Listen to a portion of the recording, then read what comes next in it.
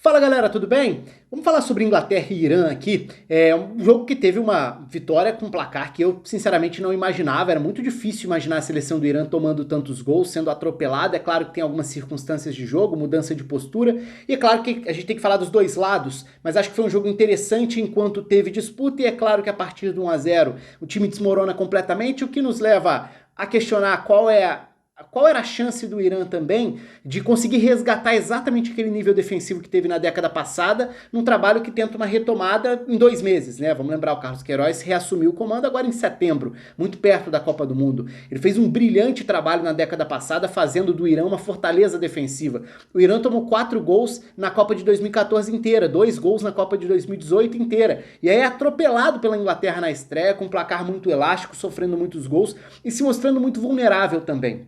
Então é claro que aí certamente tem um aspecto de olhar para o jogo do ponto de vista da fragilidade que o Irã mostrou. E aí eu acho que passa por alguns dos desafios, né? Para quem tem essa estratégia como o Irã tem, um desafio fundamental é concentração. Concentração para manter a organização.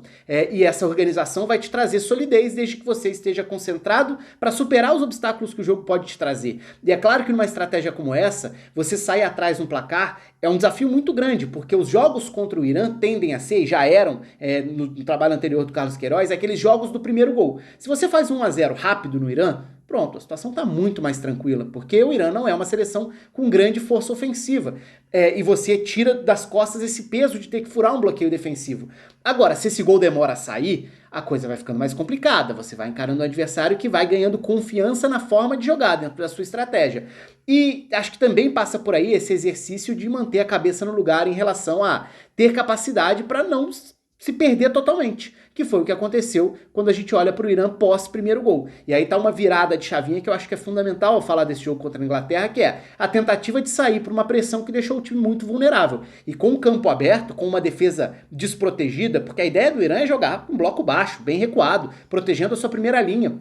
Vou falar sobre a escalação, sobre as opções, sobre o lado tático do jogo, mas a partir do momento em que você sobe essas linhas, o campo aberto castiga uma defesa que é vulnerável, porque individualmente o Irã é frágil. A grande fortaleza sempre foi o lado coletivo dessa organização com muita concentração. Então essa mentalidade também é algo que acaba sendo desenvolvido aos poucos. E a minha impressão foi, claro, de um Irã que decepcionou, mas especialmente depois de tomar o primeiro gol, porque o jogo até a meia hora inicial ali, até sair o primeiro gol, pouco depois dos 30 minutos, era exatamente o cenário que dava para esperar. E claro, falei muito do Irã, mas a gente tem que falar de uma Inglaterra que deixou uma impressão bem positiva nessa estreia. É claro que o jogo ficou mais fácil a partir do momento em que o Irã se abre, se lança e deixa um jogo, um cenário até inesperado de campo aberto, de muita tranquilidade, um ritmo mais lento, no segundo tempo já estava resolvido também, mas a Inglaterra fez um bom papel. E isso passa também por uma mudança de escalação e alguns jogadores mais confortáveis jogando juntos. Então é ótimo ver, por exemplo, um Jude Bellingham tendo protagonismo, porque era evidente que ele merecia ser titular na seleção e ele acabou só ganhando essa titularidade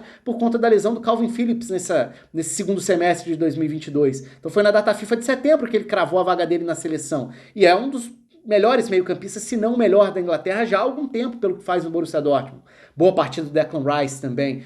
Para citar alguns pontos, mas vamos usar até o campinho para falar um pouco das escalações, porque a Inglaterra, na ausência do Kyle Walker lesionado, voltando de lesão, tomou a decisão que para mim parecia a mais óbvio, até falava sobre isso ontem no Twitter, tenho feito alguns tweets de pontos para observar nos jogos do dia seguinte, então me segue lá no Oliveira Rafa no Twitter. E ontem eu falava justamente sobre isso, sobre como a Inglaterra sem Walker tinha a chance de sair do sistema com 3 zagueiros e acrescentar um meia num jogo que exigiria paciência e repertório ofensivo. Não sabia se seria o Foden ou o Saka, acabou sendo o Saka a escolha desse ponta pela direita, trazendo o Mason Mount para a faixa central, transformando esse centro num trio, o que me parece muito óbvio no sentido de dar mais opção de passe, tornar o time mais confortável com a bola, que é um desafio muitas vezes para a Inglaterra. Então você perde um Walker como um terceiro zagueiro que faz essa recomposição, essa recuperação na hora de correr para trás, algo que ele faz muito bem. A Inglaterra perde esse terceiro zagueiro, mas já que não tinha um jogador com características parecidas para colocar em campo, e nesse jogo teria um cenário que exigiria mais ofensivamente, fazia todo sentido ir para esse 4-3-3 ou 2-3-1, se a gente for falar de acordo com o posicionamento do Mason Mount, ora mais próximo do Bellingham, ora mais à frente. Não acho que Bellingham e Declan Rice joguem numa mesma linha, mas enfim, isso é detalhe. O Bellingham, obviamente, joga mais solto, mais à frente, enquanto Declan Rice fica mais como esse primeiro volante, que foi fundamental para evitar as transições do Irã, já que esse era o jogo, né? Era o jogo que o Irã tentaria se defender e tentaria escapar com o Taremi, principalmente. Inclusive, com o Taremi contra o Maguire, que poderia ser um ponto frágil para a Inglaterra, mas o Declan Rice foi muito bem parando o esboço de contra-ataque do Irã. Então aí tá um outro ponto importante também, essa solidez, esse equilíbrio defensivo que o Declan Rice deu ao time. E aí, falando um pouco sobre esses campinhos, na Inglaterra essa foi a novidade, passar para um 4-3-3 com esses nomes, ganhando uma peça a mais ofensivamente, e era natural que o Trippier fosse a opção na lateral direita. Mas no lado do Irã, estiveram as principais novidades. Para mim, a grande surpresa foi a ausência do Ezatolahi no time titular, que é o primeiro volante, geralmente, pilar defensivo e de equilíbrio da equipe, já há muitos anos. E aí foram algumas surpresas. O Cheshmi sendo escalado como titular e o Ali Karimi também, porque foram dois jogadores que foram novidades na lista de convocados do Irã, inclusive. Então, eles foram novidades na lista e já entraram no time. O Ezatolahi ficando no banco me surpreendeu, porque por mais que ele quisesse colocar o Cheshmi, que começou 2018 como titular, mas não fez parte do ciclo para 2022, já que nem era o Carlos Queiroz o técnico, ali foi uma surpresa. E o Irã acaba optando por ir com uma linha de 5 na defesa, o que talvez até tenha passado por uma ideia de enfrentar uma Inglaterra possivelmente usando alas. Mas o fato é que, naturalmente, o Irã tentaria proteger o seu centro de defesa, nesse caso com o Hosseini, com o Purali Ganji e com o Cheshmi. Mas a grande novidade realmente foi o Ali Karimi jogando ao lado do Nuralahi no centro do campo, como os dois volantes. A escalação até foi divulgada com o desenho do Jahanbakhsh fazendo um segundo atacante, poderia acontecer, um 5-3-2, dele tentar fazer companhia ao Taremi na frente. Não era tanto o perfil do Carlos Queiroz, que geralmente defende a partir de um 4-4-1, que pode virar um 5-4-1 ou até um 6-3-1, né? Desenhos que eu falei naquele vídeo de prévia de como joga o Irã com Carlos Queiroz. Acabou sendo de fato um 5-4-1 que tinha alguns mecanismos particulares. Por exemplo,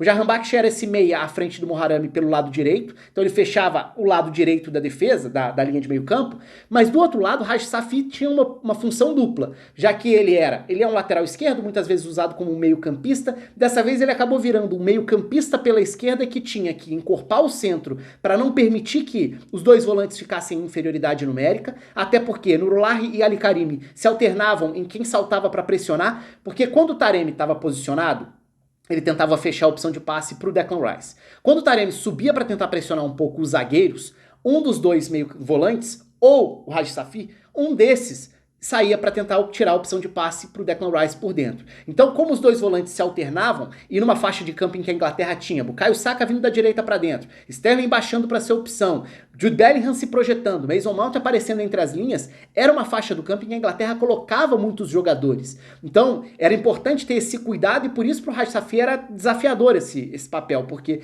ele precisava fechar ali, só que ao mesmo tempo ele tinha que ter cuidado com o Trippier, porque se essa bola sai pelo corredor do Trippier e não é o Raj Safi quem sai para fazer a marcação, o Mohammadi na lateral esquerda, na ala pela esquerda, vai ficar sobrecarregado, vai ficar com dois em cima dele, já que por aquele setor tem o Bukayo Saka alternando ataques por fora e por dentro, e mais o Trippier podendo se projetar. Então era uma função delicada para o Raj Safi, e acho que isso vai aparecer principalmente no terceiro gol. Agora, o time estava montado e o cenário inicial estava muito nítido. Jogo de paciência, jogo em que a Inglaterra vai precisar ter paciência, vai precisar mostrar repertório ofensivo para criar.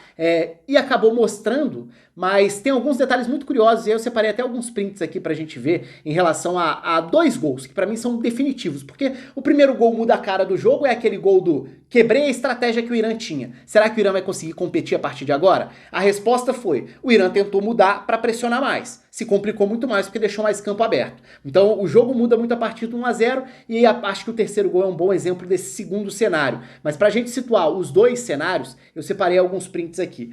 Começando pela origem do primeiro gol, que é uma boa jogada construída pela Inglaterra, de forma alguma eu quero tirar mérito da Inglaterra nesse caso, mas olha o que é interessante. Nessa origem do lance, a Inglaterra circula a bola com os zagueiros, nessa imagem tem o Maguire pela esquerda, o Stones pela direita e à frente o Declan Rice como esse primeiro volante, o resto do time já mais ocupando o bloco, o ataque, já no terço final praticamente do campo. Você tem lá bem aberto na esquerda o Luke Shaw, aqui embaixo o Trippier é o lateral se comportando como um ala nesse momento, já que o Declan Rice ajuda e ajudou bem a fazer essa saída. Mas olha um ponto importante aqui.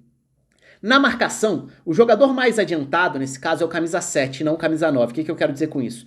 Quem tá fazendo esse papel do 9 é o Jahan Baksh. Por quê? Porque essa foi uma volta de uma bola parada. E em bola parada, naturalmente, você precisa se ajustar na recomposição depois. Por quê? O cara que vai bater um escanteio do outro lado do campo, por exemplo, ele atravessou o campo. Não dá pra cobrar que ele esteja imediatamente na posição dele quando o time perde a bola. Então, embora tenha sido um ataque construído aos poucos pela Inglaterra, com paciência, com troca de passes, esse aspecto pra mim é muito curioso, porque é um detalhezinho que quebra a marcação e que vai gerar 1 a 0 que praticamente acaba com o jogo. Então, se o Jahan Baksh, que é o meia pela direita, que fechava uma segunda linha de 4, à frente dessa segunda linha com 5, era o cara que fechava esse corredor pro Luke Shaw, nesse caso ele tá mais à frente, ele tá na do Taremi, e o Taremi vai compensar, eles inverteram o posicionamento, normal. O Taremi é quem tá mais adiantado aqui na segunda linha de meio campo, na linha de meio campo ele tá mais aberto pelo lado direito. Então cabe ao Taremi, e é uma função que várias vezes ele já fez, porque ele já foi escalado como ponta, quando joga junto com o Azmoun, por exemplo, ele pode fazer esse papel, mas isso é importante por quê? Porque a gente vê os dois volantes ali, Karim e Nurolahi, a gente vê aqui embaixo Raj Safi, meio dividido entre as duas funções, ora por dentro, ora por fora, ora tentando bloquear a opção de passe do Declan Rice, ficou um pouco sobrecarregado, mas era parte da estratégia.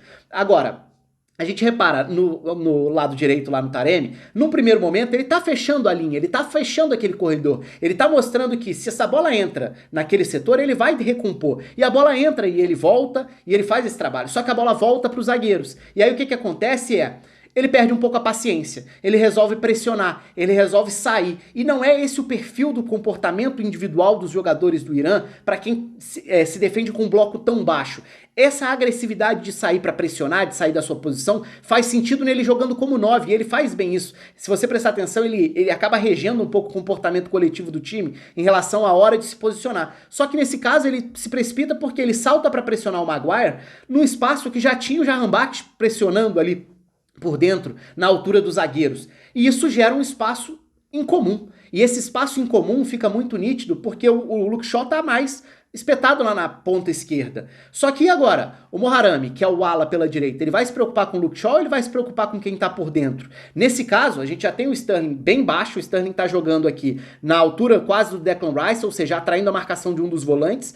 E o Jude Bellingham já vai começar a aparecer no espaço entre as linhas. Atrás do árbitro tá o Mason Mount, que é outra opção de passe justamente entre as linhas. E a bola nos pés do Maguire, que não tá exatamente pressionado, porque o Taremi tá vindo lá de trás, tá no meio do caminho. Nem pressionou e nem ocupou o espaço que ele deveria ocupar. Esse passe entra. O passe do Maguire aciona o Mason Mount, que consegue receber essa bola, consegue proteger e fazer esse pivô, escorar essa bola antes que um dos jogadores da linha de defesa saísse para pressionar. Pronto, olha a consequência de um detalhe de posicionamento. O Taremi talvez tenha perdido a paciência de defender mais baixo, como quase um ala, como meia pela direita, que ele era por ter invertido temporariamente a posição com o Jahan Baksh. E agora o Sterling tem 2 contra 1. Sterling e Luke Shaw pra cima do Moharami. A bola entra e acaba gerando a partir daí o cruzamento para a área. Mas um outro detalhe interessante dessa sequência de passes é, quando o Mason Mount faz esse pivô acionando o Sterling, repara o posicionamento do Jude Bellingham. Ele já tá atrás dos volantes do Irã, ele já tá atrás do Raj Safi, que tava naquela que eu falei, de um pouco sobrecarregado por várias funções, e é justamente pro Jude Bellingham que vai entrar esse cruzamento. O cruzamento entra porque o Luke Shaw recebe a bola com vantagem, afinal de contas, o Taremi largou a posição, deixou o Moharami sobrecarregado, com 2 para cima dele, e o Jude Bellingham ataca a entrada da área, ataca ali a marca do pênalti, sem muita proteção para finalizar bem de cabeça, grande partida do Jude Bellingham. Indo pro 3 a 0 já é um outro cenário, aquilo que eu falei, o Irã tenta se lançar ao ataque depois que fica atrás no placar. Não é muito o perfil do time, e mais do que isso, lembra sobre a questão do Raj Safi pelo lado esquerdo? O Raj Safi tenta saltar para pressionar nesse caso, por exemplo, o Stones. O Stones é o momento em que o Irã tenta subir a marcação, de uma forma não tão trabalhada, não tão característica do time. O passe óbvio é no Trippier. O Trippier tá sozinho, porque o meia pela esquerda do Irã tem uma tarefa mais por dentro, que é o Raj Safi. E agora, o que vai acontecer? Quem vai impedir que o Trippier avance? O Mohammadi, que é o lateral esquerdo, o ala pela esquerda. Então, o Mohammadi subiu, passa a pressionar lá em cima. E o Irã tenta subir com mais gente. Nessa imagem, por exemplo, são 5 jogadores tentando pressionar e encurralar a saída de bola da Inglaterra, que retorna e recua para um lançamento longo. Um lançamento longo encontra o Harry Kane, que faz o pivô como poucos, que funciona muito bem fora da área, que protege, gira, aciona quem entra em velocidade. O Hosseini foi muito mal também no duelo, aliás, 2 vezes na mesma jogada, mas méritos para o Harry Kane, que domina de costas, coloca a bola no chão, consegue ganhar o duelo. Na sequência, o Bellingham fica com a sobra do duelo. E aí, o Mohammadi, que era aquele ala que estava lá no campo de ataque pressionando, faz com que o espaço por esse lado direito seja gigante. E é justamente por ali que o Bellingham vai conduzir a bola, tendo opções de passe com espaço para atacar nas costas da defesa. É o que acontece na sequência da jogada do 3-0, que eu acho que ilustra bem esses problemas defensivos que o Irã teve a partir do momento em que tentou adotar uma postura que não é a dele. Então, assim, foi um jogo atípico, foi um jogo bem diferente do que dava para imaginar em relação a placar. Era natural que É natural que o Irã, dentro desse modelo de jogo, a partir do momento em que fica atrás do placar, tenha dificuldades, porque sai muito da sua estratégia inicial. Eu não imaginava um placar tão dilatado, eu não imaginava uma goleada da Inglaterra, mas ela acabou vindo com méritos da Inglaterra, que teve destaques individuais, acho que teve boas notícias em relação ao funcionamento coletivo de um time que mostrou qualidade, mas que também, a partir do 1-0, teve um cenário muito mais agradável, que é esse cenário de acelerar com o campo aberto, porque aí tem tudo a ver com a característica dos jogadores da Inglaterra. Você pega, por exemplo, um Harry Kane lançando jogadores como Saka, como Sterling, como Foden, como Rashford, jogadores que entram bem em diagonal, que atacam em profundidade, ou um Bellingham vindo de trás atacando espaços também, conduzindo a bola, ou um Mason Mount encontrando espaços. O jogo ficou muito mais favorável para a Inglaterra, que teve muitos méritos para essa vitória. Mas o ponto principal aqui para mim é como um detalhezinho fez ruir todo um planejamento defensivo do Irã. Um detalhezinho de um Taremi que sai de posição e a Inglaterra consegue castigar, fez um 1-0. 1-0 quebrou a estratégia. Sem a estratégia inicial, o Irã se perdeu, se lançou, foi atropelado. E a Inglaterra inicia muito bem a Copa, acima das expectativas. Mas vamos ver como vai sair nos próximos jogos desse grupo, em que a Inglaterra é muito favorita. Vamos ver se vai corresponder a isso e vamos ver se o Irã vai se recuperar disso também. Um abraço para todo mundo e até a próxima.